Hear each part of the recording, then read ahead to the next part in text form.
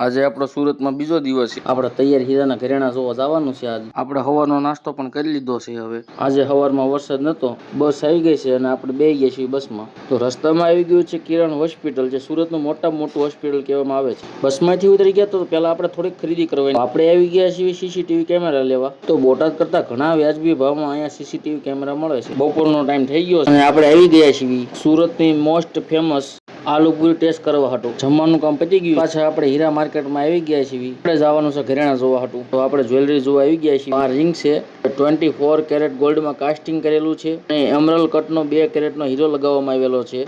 આ ring IGI certified diamond લગાવવામાં આવે છે. આ રિંગને વિદેશમાં એક્સપોર્ટ કરવામાં આવે છે. આ રિંગનો ભાવ કોમેન્ટમાં પિન કરેલો છે. આ હીરાનું નામ એમરલ્ડ કટ કહેવામાં આવે છે. આ હીરો IGI સર્ટિફાઈડ કરેલો હોય છે. આ હીરો 3 કેરેટનો છે. આ હીરાને કટિંગ અને શેપ ઉપરથી પોર્ટુગીઝ કટ કહેવામાં આવે છે. આ હીરો બનાવવામાં બહુ સખત મહેનત લાગે છે. ફેન્સી હીરાની એક ખાસિયત છે, એને જોયા પછી આપણને કંઈક અલગ જ પ્રકારનો મહેસૂસ થાય છે. આ પ્રકારના ડાયમંડ આપણને મોટા ભાગે સુરતમાં જ જોવા મળે છે. આ ડાયમંડની ક્વોલિટી VVS1 કહેવામાં આવે છે, કારણ કે આમાં હીરાની અંદર નાશ, જીરમ, કસર કોઈ પણ વસ્તુ હોતી નથી. આ રિયલ ડાયમંડ નથી, આ લેબ ગ્રોન ડાયમંડ છે. ત્યાર પછી આપણે હીરા જોવા માટે હાઈ ક્લાસની ખરીદી પણ કરી લીધી. આજનું કામ આપણે પૂરું કરી અને આપણે નીકળી ગયા છીએ જમવા માટે. આજે પણ આપણે સુરતના ઢોસાનો સ્વાદ માણવાનો છે. જમીને આપણે જઈશું રૂમ તરફ. તો આપણે રૂમે જવા માટે નીકળી ગયા છીએ. ટૂંક સમયમાં આપણે નવા ધંધાની શરૂઆત કરવાના છીએ. કાલે એના આયોજન માટે આપણે જવાનું. તો આપણે હવે મળીએ નેક્સ્ટ વ્લોગમાં.